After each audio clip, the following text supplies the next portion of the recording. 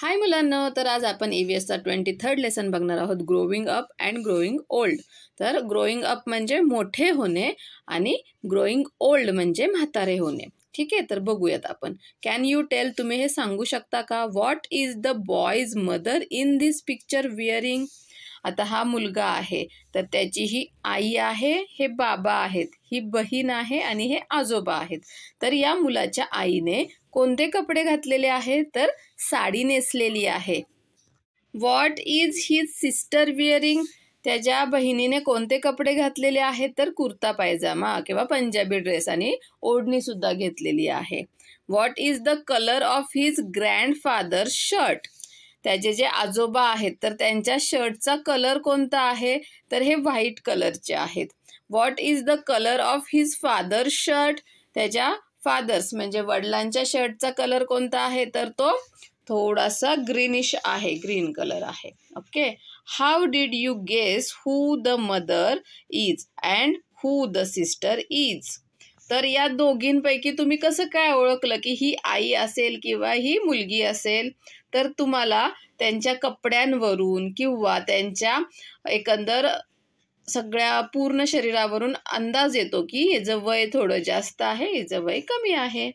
बरोबर. How did you guess who is the grandfather is and who the father is? आणि या दोघांपैकी वडील कोणते आणि आजोबा कोणते हे तुम्ही कसं ओळखलं? तर आजोबांची केस बघा व्हाईट झालेली आहे, त्यांच्या हातामध्ये छडी आहे. आपल्या आजोबांचं वय झालं की त्यांना चालता येत नाही की नाही, खूप म्हातारे झाले की त्यांना चालता येत नाही, मग अशा काठीचा आधार घेऊन ते चालत असतात. बरोबर. तर हे आपण बघण्यावरून ओळखू शकतो. कॅन यू टेल, तुम्ही हे सांगू शकता का, talk to the grown ups to find out the following? जी मोठी माणसे आहेत, ग्रोन अप म्हणजे जी मोठी माणसे आहेत, तर त्यांच्याशी बोला आणि खालील प्रश्नांची उत्तरे शोधा. When does a baby start holding up its head? तर जे लहान मुलं आहे, तर ते स्वतःचं डोकं, स्वतःची मान केव्हा धरू लागतं? जेव्हा सुरुवातीला ते बाळ जन्मतं, तर त्यावेळेस त्याला असं जर पकडलं ना, त्याची मान अशी हलत असते, त्या मानेमध्ये तेवढी ताकद नसते. ठीक आहे, मग मान लचकू शकते. तर बाळ 1.5-2 महिन्याचं झालं की ते अशा प्रकारे मान पकडू शकतं. When does a baby start teething? लहान मुलांना टीथ म्हणजे दात केव्हा यायला सुरुवात होते? तर डिपेंड अपॉन, प्रत्येकाचं वेगवेगळं असतं. कोणाला 6 महिन्यानंतर येतात, कोणाला 9 महिन्यानंतर येतात, कोणाला बड्डे झाला 12 महिने झाले तरी सुद्धा दात येत नाही. म्हणजेच 6 months आफ्टर दात येत असतात, 9 monthsचे किंवा 12 monthचं बाळ झाल्यानंतर. When do babies begin to turn over? बाळ आहे ते एका कुशीवर व्हायला किंवा पालते व्हायला केव्हा सुरुवात होते? तर ते 4 महिन्याचे झाले, 4 monthsचे झाले की बाळ पालते पडतात. When do babies learn to stand up? बाळ उभं राहायला केव्हा शिकतं? तर मुली ज्या आहेत, गर्ल्स थोड्या जास्त लवकर उभे राहायला शिकतात, त्या 9 monthमध्येच उभ्या राहतात आणि मुलं जी आहेत ती 12 month, 1 वर्षाचं झाल्यानंतर उभे राहतात, 1 yearचं झाल्यानंतर. ठीक आहे. व्हाय आरंट न्यू बॉर्न बेबीज फेड राईस? आता आपण बघतो जेव्हा बाळ खूप छोटं असतं, नुकतंच जन्मलेलं बाळ असतं, तर त्याला आपण फक्त दूध पाजतो. पहिले 6 महिने फक्त ते आईचं दूध पितं, हो की नाही? त्याला आपण भात खाऊ घालतो का? नाही, कारण त्याला दातच आलेले नसतात किंवा त्याला खायचं कसं हेही माहीत नसतं, म्हणून आपण त्यांना लगेचच भात चारत नाही. Why do small babies need to be carried? लहान मुलांना असं उचलून घेऊनच का जावं लागतं? कारण त्यांना तेव्हा चालता येत नसतं, म्हणून त्यांना कडेवर उचलून घेऊन जावं लागतं.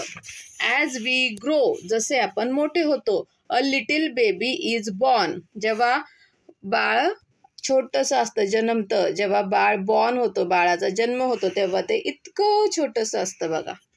एव्हरीवन इज हॅप्पी, सगळे खूप हॅप्पी असतात. तुमच्या घरामध्ये पण छोटं बाळ असेल तर तुम्हाला किती छान वाटतं ना. The mother lovingly takes care of her baby. आई जी आहे बाळाची, ती अतिशय काळजीपूर्वक, अतिशय प्रेमाने बाळाची काळजी घेत असते.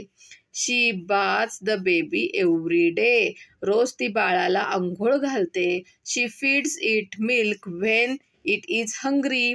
जेव्हा बाळाला भूक लागते तेव्हा आई दूध पाजते. She sings it to sleep with lullabies. जेव्हा बाळाला झोपवायचं असतं तेव्हा आई छान अंगाई गीत गाणं म्हणती. चांदोबा चांदोबा भागलास का, म्हणतात की नाही अशा प्रकारचं गाणं. मग बाळ लगेच झोपून जातं. Slowly the baby grows. हळूहळू बाळ मोठं होतं. It becomes taller. ते उंच होतं. Its weight also increases. आणि त्याचं वजन सुद्धा वाढतं. As the baby grows up it learns to crawl. जेव्हा बाळ मोठं होऊ लागतं तेव्हा ते रांगायला शिकतं. Its teeth come out one by one. हळूहळू त्यांचे दात येतात. Then it learns to stand and later to walk. आणि नंतर मग ते उभं राहू लागतं आणि चालू लागतं. All this while it gains in height and weight. आणि हे सर्व होताना त्याची उंची सुद्धा वाढते, हाईट वाढते आणि त्याचं वेट म्हणजे वजन सुद्धा वाढतं. हे बघा, बाळ पहिले लहान असतं असं पाळण्यामध्ये, मग ते पालथं पडतं, मग ते रांगायला लागतं, ते बसायला लागतं आणि मग हळूहळू चालायला लागतं आणि मग बाळ असं मोठं होतं. ठीक आहे. The baby learns to recognise its mother. बाळाला सुरुवातीला कोण ओळखू येत नसतं, पण नंतर हळूहळू ते आपल्या आईला ओळखू लागतं. It learns to recognise other people. मग घरातील दुसऱ्या लोकांना सुद्धा ते ओळखू लागतं. It begins to have other foods. मग हळूहळू ते नंतर दुधाशिवाय दुसरे पण पदार्थ जसं की भाताची पेज असेल, खीर असेल, मऊ भाताची खिचडी असेल किंवा मऊ भात हे खायला लागतं. Mother feeds the baby rice with milk. आई त्याला दूध भात चारते. Gradually it begins to speak. आणि हळूहळू ते बोलायला पण लागतं. Whether it is a boy or girl, nature does not differentiate between the two in their growth. मग ते मुलगा असो किंवा मुलगी असो, तर निसर्ग त्यांच्यामध्ये कुठलाही भेदभाव करत नाही. त्यांची सारखीच वाढ होत असते. When they become bigger they are not babies any longer. जेव्हा ते मोठे होतात तेव्हा ते आता काही छोटंसं बाळ राहत नाहीत. A little boy becomes a big boy. जो छोटा मुलगा असतो तो मोठा मुलगा होतो. A small girl becomes a big girl. जी छोटी मुलगी असते ती मोठी मुलगी होते. At the age of 6 children start school. मुलं 6 वर्षाची झाली की ती शाळेत जाऊ लागतात. They keep growing in height until the age of 18. 18 इयर्सचे होईपर्यंत, 18 वर्षांचे होईपर्यंत त्यांची हाईट वाढत असते, उंची वाढत असते. Until 40 years of age a person remains fit. 40 वर्षापर्यंत, 40 इयर्सपर्यंत कोणताही माणूस असेल तर तो फिट राहतो, म्हणजे कुठलेही त्याला आजार होत नाहीत. Basically there is no gain in height but weight keeps increasing. 18 years नंतर परत त्याची हाईट वाढत नाही, उंची वाढत नाही, पण वजन वाढत राहतं. Good habits and good food help to maintain good health. जर तुम्हाला गुड हॅबिट्स असतील, चांगल्या सवयी असतील आणि जर तुम्ही चांगले फूड, चांगले अन्न खात असाल तर ते तुम्हाला तुमची तब्येत चांगली ठेवण्यात मदत करते. वी बेनिफिट फ्रॉम इथं गेट पाहिजे होतं. We get benefit from regular exercise. आणि आपल्याला जर रोज आपण व्यायाम केला तर त्याच्यापासून खूप फायदा होतो. Even after 40 years of age there are changes in our body. 40-40 years नंतर सुद्धा आपल्या बॉडीमध्ये, आपल्या शरीरामध्ये चेंजेस म्हणजेच बदल होत असतात. ग्रॅज्युअली, हळूहळू. Eyesight becomes weak. आपल्या डोळ्यांची दृष्टी, आपल्याला डोळ्यांनी कमी दिसायला लागतं, मग आपल्याला चष्मा लागतो. Hair starts turning grey. आणि आपली जी केसं आहेत ती पांढरी व्हायला सुरुवात होते. In old age the body's strength decreases further. तर जसे जसे आपण म्हातारे होऊ तशी आपली जी शरीराची ताकद आहे, आपल्या बॉडीची जी ताकद आहे ती कमी होऊ लागते. Hearing and memory becomes weaker. आपल्याला ऐकायला कमी येऊ लागतं, आपल्या लक्षात राहत नाहीत काही गोष्टी. टीथ बिगिन टू फॉल, दात पडायला लागतात. वी स्लीप लेस, आपली झोप कमी होते. अँड डेव्हलप व्हेरियस डिसऑर्डर्स, आणि आपल्याला वेगवेगळे डिसऑर्डर म्हणजे वेगवेगळे आजार होऊ शकतात. वन डे डेथ ऑकर्स, आणि एके दिवशी मरून जातो माणूस. ठीक आहे, समजलं? आता डू यू नो, तुम्हाला हे माहीत आहे का? A baby is given vaccines to prevent the diseases it may contract later. आता लहान मुलांना आपण म्हणतो ना, इंजेक्शन देऊन आणले, वॅक्सिन देऊन आणलेलं आहे. तर लहान मुलांना पुढे ते मोठे झाल्यानंतर काही आजार होऊ नये म्हणून त्याचे आधीच लहानपणीच वॅक्सिन दिले जातात. Certain vaccines have to be given at certain stages of growth. काही जे वॅक्सिन असतात तर ते एका ठराविक एजलाच द्यावे लागतात. म्हणजे 1 वर्षाचं झाल्यावर काही, 2 वर्षाचं झाल्यावर, 5 वर्षाचं, 10 वर्षाचं, 10 इयर्सचं असं द्यावे लागतात. It is important to give every child the proper vaccinations. तर प्रत्येक मुलाला व्यवस्थित वॅक्सिनेशन, लसीकरण हे झालंच पाहिजे, दिलंच गेलं पाहिजे. कॅन यू टेल, तुम्ही हे सांगू शकता का? These are 3 pictures of the same mango tree. हे एकाच झाडाचं, हे आंब्याच्या झाडाचे, एकाच आंब्याच्या झाडाचे 3 चित्र आहेत. Which is the oldest picture, यातलं सर्वात जुनं चित्र कोणतं आहे? Which picture is the most recent, आत्ताचं चित्र कोणतं आहे? Which picture is the one of the time in between, आणि त्या दोन्हीच्या मधलं म्हणजे जुनं आणि नवीन याच्यामधलं कोणतं चित्र आहे? तर हे 3 चित्र बघा बरं. हे जेव्हा आपण मँगोचं झाड लावतो तेव्हा हे असं असतं, त्यानंतर हे थोडं मोठं होतं आणि हे अजून मोठं होतं. म्हणजे आत्ताचं रिसेंट पिक्चर हे आहे, सगळ्यात ओल्डेस्ट म्हणजे जुनं चित्र हे आहे, आणि त्याच्यामधलं हे आहे in between. Growth of plants, आता आपण बघितलं होतं आपण कसे वाढ होते, माणसाची कशी वाढ होते. आता बघणार आहोत आपण झाडांची कशी वाढ होते. Just as people change over a period of time so do plants. जसं माणसाची वाढ होत असते म्हणजे लहान बाळापासून मोठ्या माणसांपर्यंत, तसंच प्लांट्सची सुद्धा होत असते. When a seed sprouts or germinates a new plant is produced. जेव्हा बीला असा स्प्राउट होतो, मोड येतो, अंकुर येतो, किंवा ती जर्मिनेट म्हणतात त्याला, अंकुर येणे, तेव्हा त्याच्यातून नवीन झाड तयार होतं. For the sprout to grow it must take root in the soil. आता फक्त हे जर ह्याला मोड आलाय, ह्याला अंकुर आलाय, हे आपलं डिशमध्ये आहे किंवा इतर दुसरीकडे आहे तर ते येणार नाही.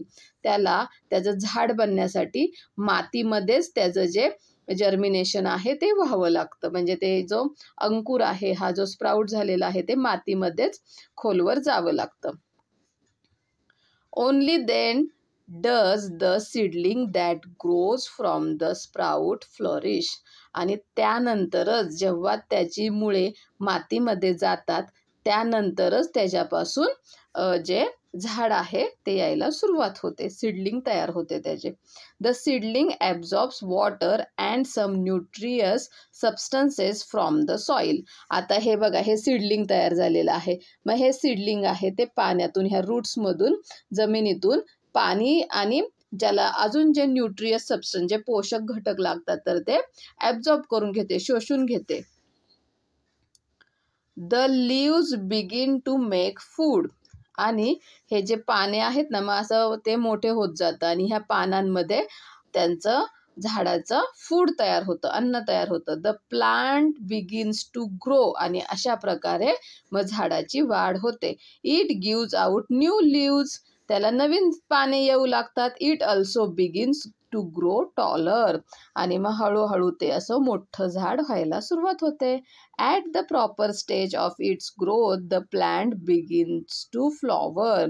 आणि थोडं मोठं झाल्यानंतर एका ठराविक काळामध्ये त्या प्लांटला फुलं यायला सुरुवात होती. Fruits develop from flowers. आणि त्या फुलांपासून नंतर फळे तयार होतात. These fruits have seeds. त्या फ्रुट्समध्ये, त्या फळांमध्ये परत सीड असते, बी असते. From those seeds new plants grow. आणि परत त्या सीड्समधून नवीन झाड तयार होतं, जसं आत्ता झालं त्याप्रमाणेच. A tree must withstand the sun, wind and rain all the time. जी झाडे असतात की नाही मोठी, ती सूर्यप्रकाश असू दे, वादळ असू दे, पाऊस असू दे, त्याच्यामध्ये उभी राहिलेली असतात. Sometimes it is attacked by pest. कधी कधी त्यांना पेस्टचा अटॅक, पेस्ट म्हणजे छोटे छोटे किडे असतात तर ते लागतात. आपण वाळवी लागणे असं म्हणतो त्याला. दिस मेक्स द ट्री विकर. मग ते काय करतात माहिती आहे का, हे झाड जे आहे ना ते असं आतून पोकरतात, त्याला असे होल होल पडतात. मग त्याची ट्रीची जी ताकद आहे तिथं उभं राहण्याची मातीमध्ये, तर ती कमी होते. At last the tree trunk breaks. आणि मग अशी झाडाचं जे ट्री ट्रंक आहे ते तुटून जातं. The tree falls down. आणि मग हे झाड पडून जातं. All plants die. आणि मग ते झाड मरून जातं. However the causes are different. आणि आता हे फक्त एक कारण सांगितलं. सगळीच झाडे एके दिवशी मरून जातात. प्रत्येकाचं कारण जे आहे ते वेगवेगळं आहे. आता आपण या लेसनमध्ये व्हॉट वी हॅव लर्न ते बघूयात. या लेसनमध्ये आपण काय शिकलो. There are certain stages of the growth. आपल्या वाढीच्या काही ठराविक स्टेजेस आहेत. And progress of a baby. आणि बाळाची वाढ होण्याचे सुद्धा ठराविक स्टेज म्हणजेच टप्पे आहेत. जसं की पहिला जन्मणे, पालथं पडणे, मग सरपटणे, मग रांगणे, बसणे, उभे राहणे, चालणे, त्याप्रमाणे. A person continuous to grow till the age of 18. कोणत्याही व्यक्तीची, माणसाची वाढ जी आहे, हाईट जी आहे, तर ती 18 इयर्सपर्यंत म्हणजे 18 वर्षांपर्यंत उंची वाढते. After 40 years of age a person approaches old age. 40 वर्ष झाले, 40 इयर्सचा झाला माणूस की मग तो आपण म्हणतो आता म्हातारपणाकडे चाललेला आहे, म्हातारा होऊ लागलेला आहे. Changes take place in plants with time just as they do in people. जसं माणसांमध्ये चेंजेस होतात त्याचप्रमाणे वनस्पतींमध्ये, झाडांमध्ये सुद्धा चेंजेस म्हणजेच बदल होत असतात. Starting from germination in the soil there are definite stages of the growth. आता झाडांची वाढ व्हायची पहिली स्टेज आहे जर्मिनेशन म्हणजे झाडाला अंकुर फुटणे. आणि त्यानंतर वेगवेगळे त्यांच्या ग्रोथचे, वाढीचे टप्पे म्हणजे स्टेजेस आहेत. Growth of plants. Plants also grow in height and strength. झाडांची सुद्धा उंची वाढते आणि त्यांची स्ट्रेंथ म्हणजे ताकद वाढते. Animals or plants all come to an end eventually. Animals असतील म्हणजे प्राणी आणि वनस्पती. प्राण्यांमध्ये प्राणी आणि माणसे हे सगळे येतात. माणूससुद्धा एक प्रकारचा प्राणी आहे. तर प्राणी किंवा वनस्पती सर्वांचाच शेवटी ते एंड होणार आहेत म्हणजे नष्ट होणार किंवा मरणार आहेत. ठीक आहे. ऑलवेज रिमेंबर, नेहमी लक्षात ठेवा, a proper diet and regular exercise are necessary for keeping good health. जर आपलं आरोग्य चांगलं ठेवायचं असेल तर प्रॉपर डाईट, योग्य आहार पाहिजे म्हणजे चांगलं अन्न खाल्लं पाहिजे. आणि रेग्युलर एक्सरसाइज, रोज व्यायाम केला पाहिजे. हेच चांगल्या तब्येतीसाठी आवश्यक गोष्टी आहेत. तुम्ही बघत असाल गावाकडे तुमचे आजी आजोबा किती स्ट्रॉंग असतात की नाही, कारण त्यांचं गावाला चालणं होतं किंवा काम करताना त्यांचा वेगवेगळ्या प्रकारचा व्यायाम होतो आणि त्यांचं अन्न पण खूप चांगलं असतं. ते आपल्यासारखे वडापाव, पिझ्झा, बर्गर असे नाही खात. ते फक्त भाकरी, चपाती पण बघा आपले आजी आजोबा कमी खातात, ते भाकरीच खातात. दूध जास्त प्रमाणामध्ये खातात, दुधाचे प्रकार जास्त असतात किंवा दूध भाकरी, दूध भात असे ते अन्न खात असतात. तूप खात असतात. म्हणजे सगळं पौष्टिक अन्न आपले आजी आजोबा खात असतात आणि त्यामुळे त्यांची तब्येत अजूनही या जास्त वयामध्ये, म्हातारपणामध्ये सुद्धा चांगली असते. ठीक आहे. Okay, bye bye.